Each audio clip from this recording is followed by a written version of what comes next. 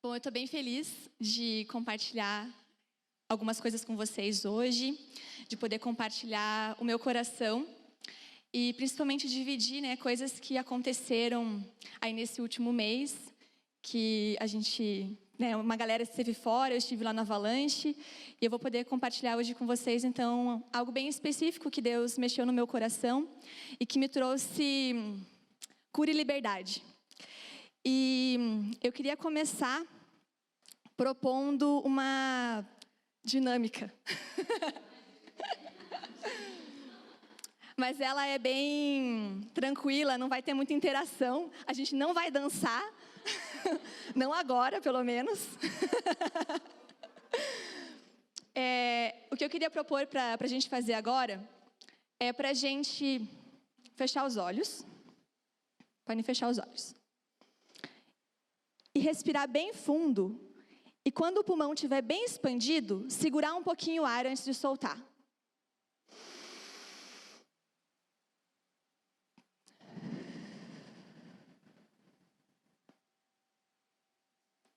Vamos fazer de novo? Inspira bem fundo e segura um pouco antes de soltar.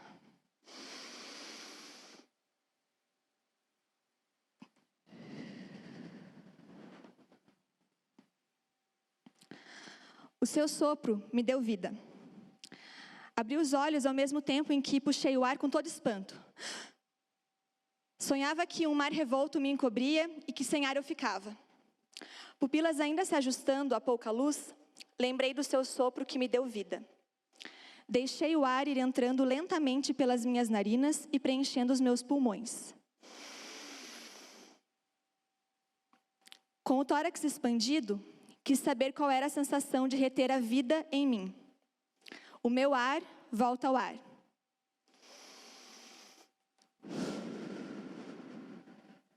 O meu fechar de pálpebras me leva a um novo lugar, a águas tranquilas, onde eu respiro em paz. E podem abrir os olhos. Esse texto eu escrevi em outubro do ano passado. E foi algo que eu estava lendo o livro de Gênesis e eu não saía do primeiro capítulo, do primeiro e do segundo capítulo ali. Eu fiquei muito presa no começo, quando falava sobre o haja luz. E depois eu fiquei presa no versículo do fôlego de vida. E foram meses refletindo e pensando sobre isso. E daí eu escrevi esse texto. E algo que é muito forte no meu coração é que todo ser humano contém esse fôlego de vida. Toda criatura detém isso. E isso inclui aqueles que creem em Cristo e aqueles que não creem em Cristo. Aqueles que ainda não o conheceram. Todo ser humano detém uma porção do eterno dentro de si. Detém o fôlego de vida. E quando a Bíblia fala, o versículo que tanto eu meditei no ano passado era: então o Senhor Deus formou o homem do pó da terra. Soprou o fôlego de vida em suas narinas. E o homem se tornou ser vivo. E a partir disso, quando eu entendo que o fôlego de vida habita em todo ser humano, seja ele cristão ou não, eu me pergunto como que a gente consegue, muitas vezes, privar pessoas de seus direitos. Ou não amar alguém. Ou achar que alguém não é merecedor de conhecer a vida plena com Jesus Cristo. Quando eu entendo que um ser humano ele é guardião dessa porção do eterno, que é o fôlego de vida. Quando eu entendo isso, como que eu posso achar que é possível que uma pessoa possa ser traficada, possa ser vendida, e eu não vou me preocupar com isso? Como que eu posso achar que a prostituta na rua, ela tem uma vida menos digna, menos importante, que não vale tanto a pena lutar por ela, quanto vale lutar por alguém da minha família, por exemplo? Eu acho que existe um estado, que nos une, que me une à prostituta, que me une ao traficante, que me une a quem consome pornografia, que me une a Paola, a Bruna, ao Eliseu, que é a condição de ser humano. E essa condição de ser humano que detém o fôlego de vida. Não é qualquer, não é uma criatura apenas, não é uma criatura que vaga por aí, não é um corpo que vaga. É um ser vivo, como diz aqui na palavra. E diante disso, lá na Avalanche, né, uma das coisas que mais me chamou a atenção, assim, teve um dia que a gente estava falando sobre vícios sexuais e a questão de tráfico humano, falamos de pornografia, e uma frase da Andréia lá me chamou a atenção, que era: o problema da pornografia não está no consumo em si disso, na masturbação ou no prazer próprio, na busca pelo prazer próprio, mas está em anular que esse ser humano, ele guarda essa porção do eterno. Está em ir contra isso. Quando eu olho para aquela atriz ou para aquele ator e eu não vejo Deus ali, eu não vejo Deus naquela vida, esse é o pecado, esse é o problema. E aquilo me marcou profundamente. Eu fiquei assim, eu falei, nossa, então quando a gente estiver tratando muitas vezes de assuntos assim na nossa igreja, ou com às vezes um amigo que pode ser que nem acredite na mesma fé que nós, a questão não é tanto o pecado ali, o que ele está cometendo ou não, o certo e o errado daquilo, mas como ele tem visto as pessoas que o cercam, como essa pessoa tem se relacionado com os seres humanos ao redor dele. E tem um autor que eu gosto muito, que é o Bauman, a igreja sabe que eu gosto. E ele tem um livro que é Amor Líquido, talvez aqui alguns já tenham lido. O pastor já leu? Amor Líquido?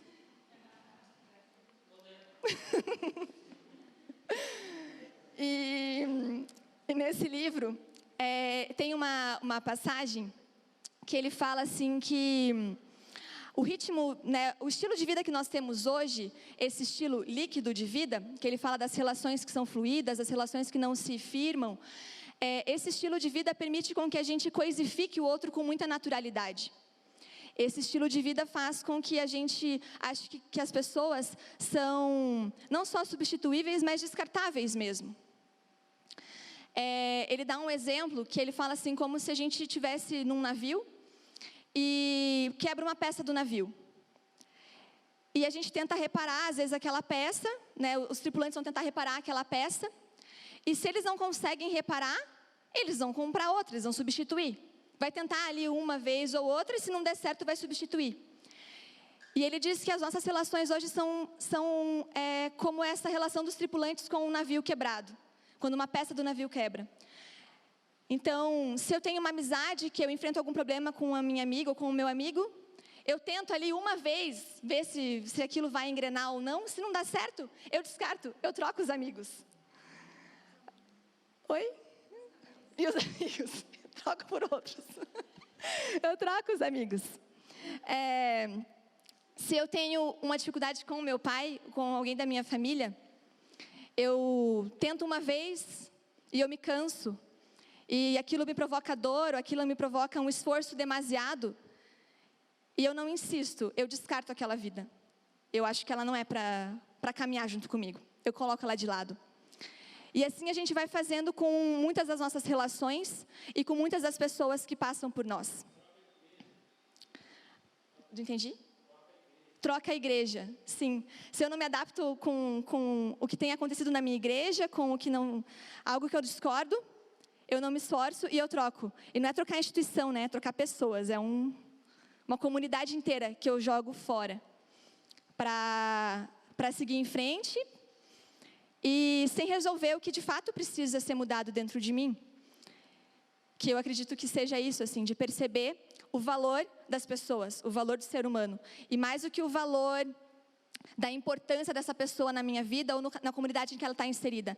É perceber o valor, esse valor que eu estou falando aqui. O valor de que existe um fôlego de vida que veio do próprio Deus que habita nessa pessoa.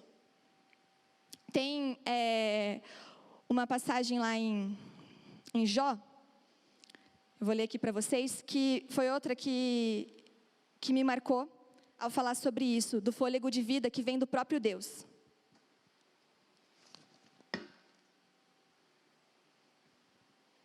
Está lá em Jó 12, 10. Fala assim: em suas mãos está a vida de todas as criaturas e o fôlego de toda a humanidade. Nas mãos do próprio Deus se encontra isso. O fôlego de vida que habita os seres humanos que nos cercam e aqueles que estão distantes de nós, de toda criatura. É o fôlego que o próprio Deus segura nas próprias mãos, que está no próprio Deus. É olhar para alguém e entender que o próprio Deus está ali naquela pessoa. É uma condição para antes de ser filho ou filha de Deus. Existe um ser humano que é guardião do fôlego de vida. E eu, há algum tempo, realizo trabalhos na penitenciária, aqui do estado. A Paola já foi lá comigo. A gente fez um trabalho juntas. E uma das vezes em que a gente estava lá, algo me marcou muito. Que foi quando uma senhora com quem eu estava conversando e olhando muito dentro dos olhos dela, ela me olhou e me disse: eu gosto do jeito que você me olha, porque você me olha como gente. Então, quantas vezes essa mulher não foi olhada como gente? Quantas vezes ela foi olhada como coisa? Quantas vezes ela foi olhada com desprezo? Quantas vezes ninguém enxergou que havia um fôlego de vida dentro dela, que havia Deus dentro dela? Eu não sei se ela crê em Cristo. Eu não tive essa conversa com ela. Então eu não sei no que ela acredita. Mas para além do que ela acredita, ela é esse ser humano, esse ser vivo, que guarda essa vida dada pelo próprio Deus. E por isso ela é importante, e por isso ela precisa ser valorizada. E por isso a gente precisa olhar para ela com dignidade, com amor. E lembrando dessa situação, dessa conversa com essa mulher lá na penitenciária, lá no Avalanche, o Senhor me constrangeu em amor por me lembrar que havia uma pessoa na minha vida que eu tratava dessa forma, que eu tratava como coisa. Uma pessoa que eu não achava ser merecedora do amor de Cristo. Que ela era como um corpo que vagava. Era assim que eu a via e era assim que eu esperava que ela vivesse. Quando eu era criança, eu passei por algumas situações de violência e de abuso por uma pessoa. E eu carreguei isso comigo. Até agora. E isso foi crescendo, né, dentro de mim. A raiva, a vingança.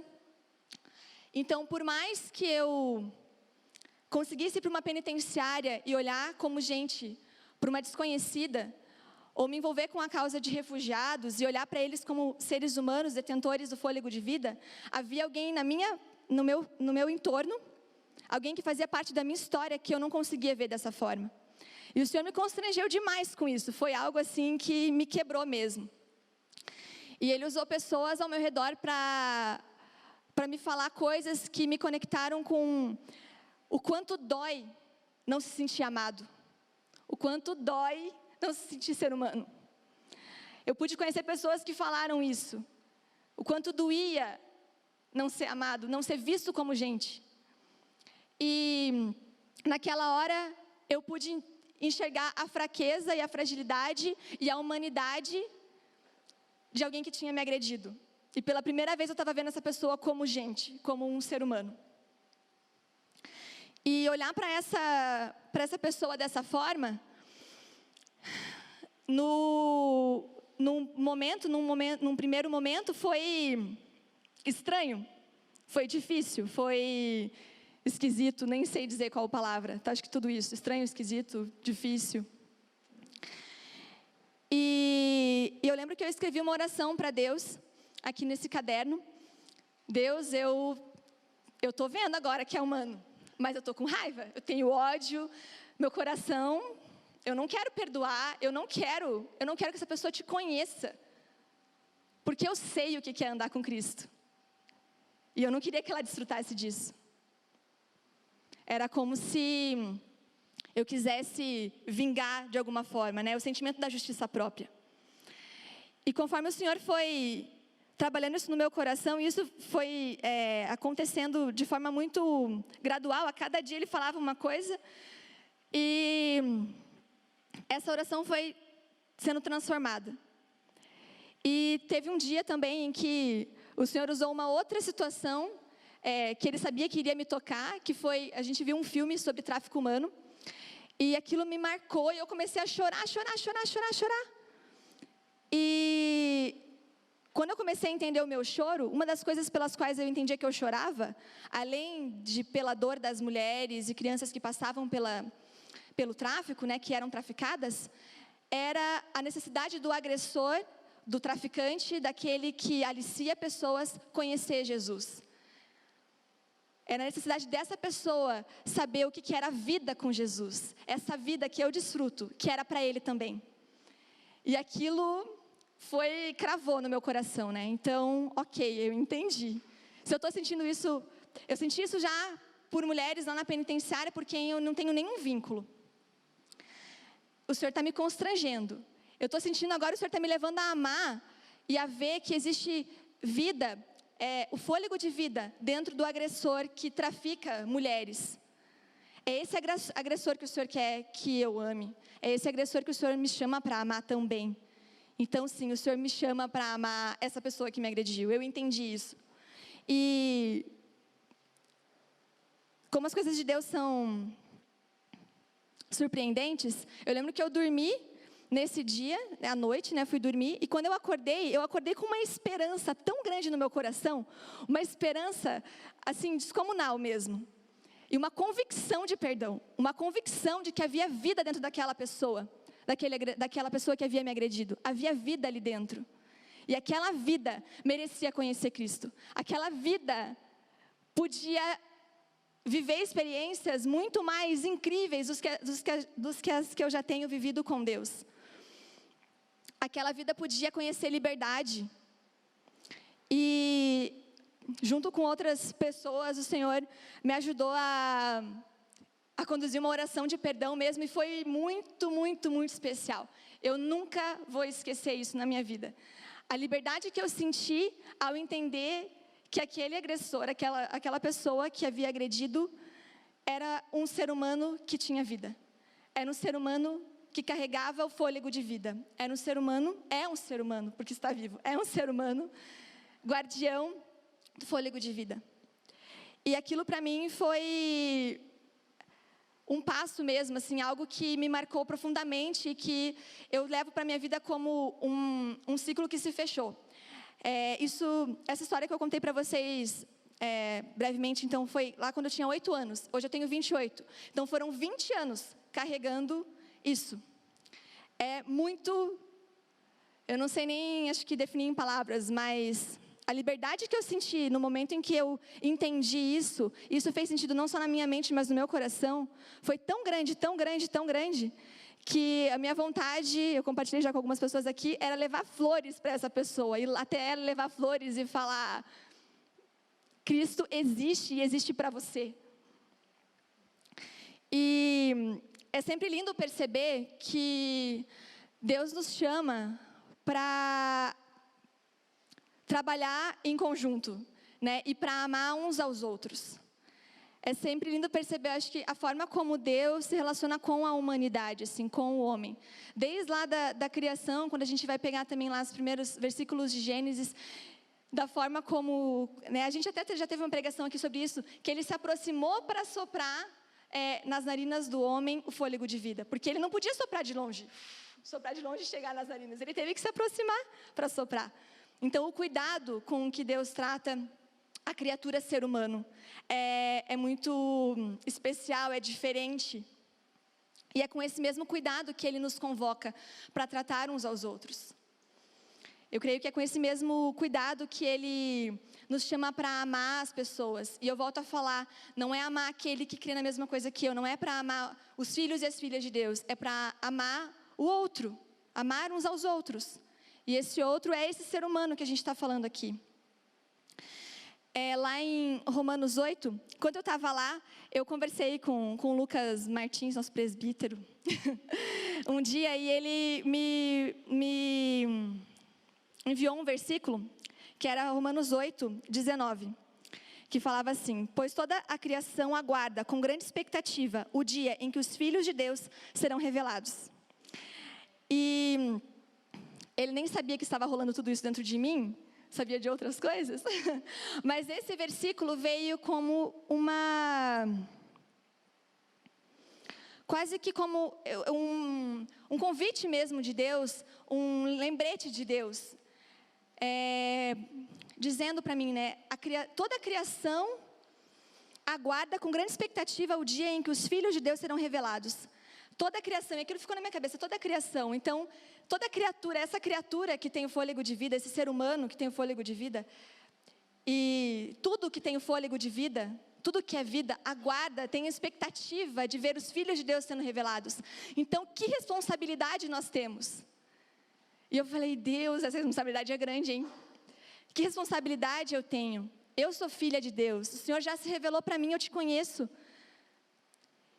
Aqui, a gente tem uma grande responsabilidade. Todos aqui temos uma grande responsabilidade. É uma convocação mesmo. Uma responsabilidade para se revelar.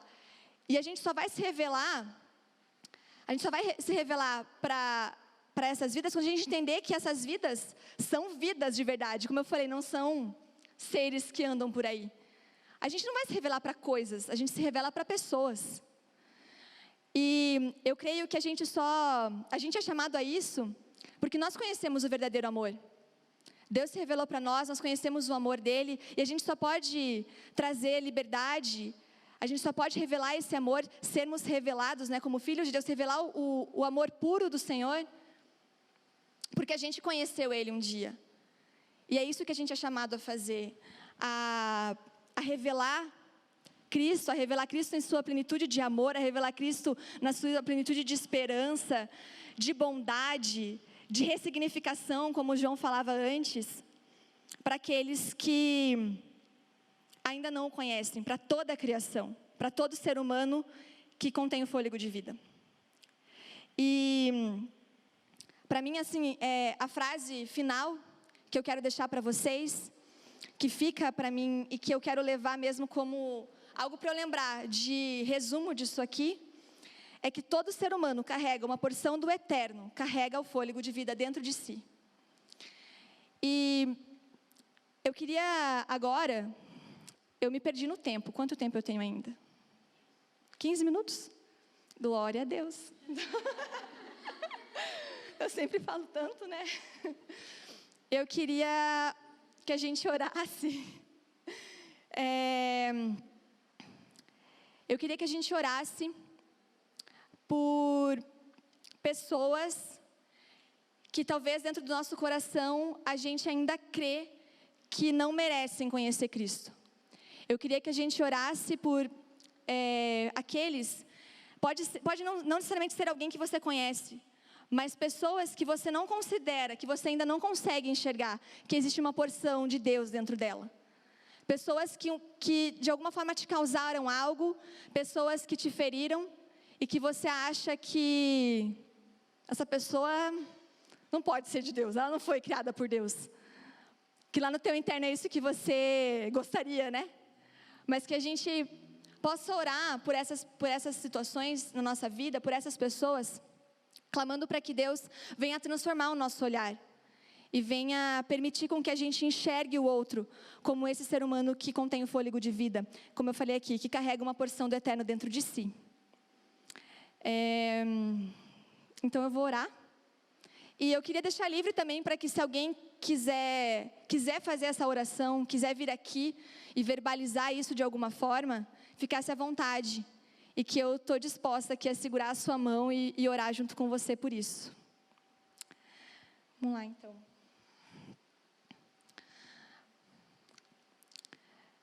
Pai, eu quero te agradecer, Senhor, pelas coisas que o Senhor tem feito na minha vida e que o Senhor tem permitido com que eu compartilhe com os meus irmãos, Deus.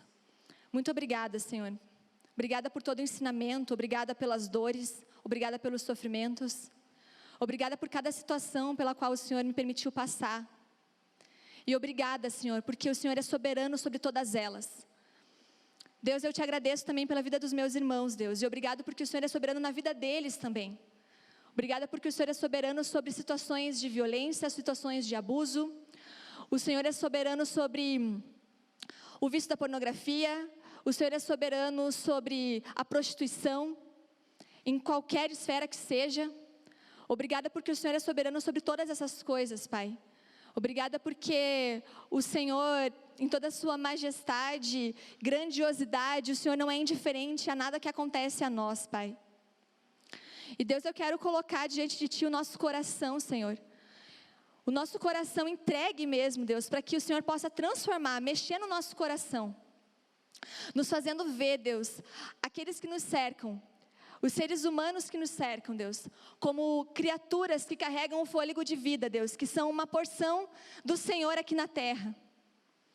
Deus, que para além do que essas pessoas creem, que a gente possa enxergar nelas, Deus, a Sua presença, que o Senhor habita nelas, Pai. Que a gente possa olhar para as pessoas ao nosso redor, Deus, para os seres humanos que nos rodeiam, com o devido valor, Deus. Com o mesmo valor que a gente olha para o Senhor, Deus. Pai, em nome de Jesus, quebra barreiras em nosso coração, Pai, com relação a pessoas que a gente não consegue amar, com relação a pessoas que a gente desejaria lá no profundo mesmo, que nem te conhecessem. Deus, quebra a barreira com relação ao agressor, com relação ao estuprador, ao que rouba, ao que mata, com relação ao que trafica. Quebra essas barreiras, Pai, transforma o nosso coração, transforma o nosso olhar, Pai. Nos dá os Seus olhos, Pai, em nome de Jesus Cristo. Nos dá os Seus olhos e o Seu coração, Deus. Eu peço para que em nome de Jesus a gente possa olhar para todas as situações que nos cercam, Deus, e que muitas vezes a gente duvida que o Senhor está ali, mas que a gente possa olhar para tudo isso, Deus, e enxergar o Senhor. Pai, eu clamo mesmo nessa noite, assim como o Senhor tem feito comigo, para que o Senhor faça com os meus irmãos, com as minhas irmãs, que o Senhor possa tirar eles da escuridão, Senhor. Tire eles da escuridão, Deus, e traga luz mesmo. Tira essa cegueira, Pai. E Deus, que a gente, ao olhar para pessoas que a gente não considera um ser humano digno, que a gente, ao olhar para essas pessoas, a gente possa ver a Sua beleza, Senhor. A gente possa ver mesmo esse sopro de vida dentro delas, Deus. Que isso seja visível aos nossos olhos. Que a gente olhe, Deus, para pessoas miseráveis de espírito e a gente enxergue o Senhor nelas, Pai. Em nome de Jesus Cristo. E Deus, eu oro para que ao olhar para isso, Deus, ao olhar para essas pessoas e enxergar o Senhor, a gente seja movido de um arrependimento tão grande, por ter privado essas pessoas de Te conhecer, ou por ter desejado isso, Deus. Que a gente possa verbalizar perdão, Deus, e que a gente possa amar, e amar com todo o coração, Deus. Amar de forma abundante. E Deus, que assim a gente possa ser livre no Senhor, Deus. Que nós possamos desfrutar da Sua liberdade plena, a plenitude da Sua liberdade. E que aqueles, Deus, que têm vivido em prisões, porque não Te conhecem ainda, ou que nós aprisionamos, Deus, com o nosso olhar, que essas pessoas, Deus, possam ser libertas em nome de Jesus Cristo, Deus. Que elas possam ser libertas, Pai, em nome de Jesus. E eu peço para que, depois dessa palavra, que a gente não saia igual daqui, Pai, que ao cruzar essa porta, ou mesmo aqui dentro, Senhor, da nossa igreja, que a gente olhe para a pessoa que está do nosso lado, e a gente veja o Senhor. A gente veja, Deus, que essa pessoa, ela detém uma porção do eterno, ela detém o Seu fôlego de vida, que o Senhor habita nela, Pai, em nome de Jesus. Amém.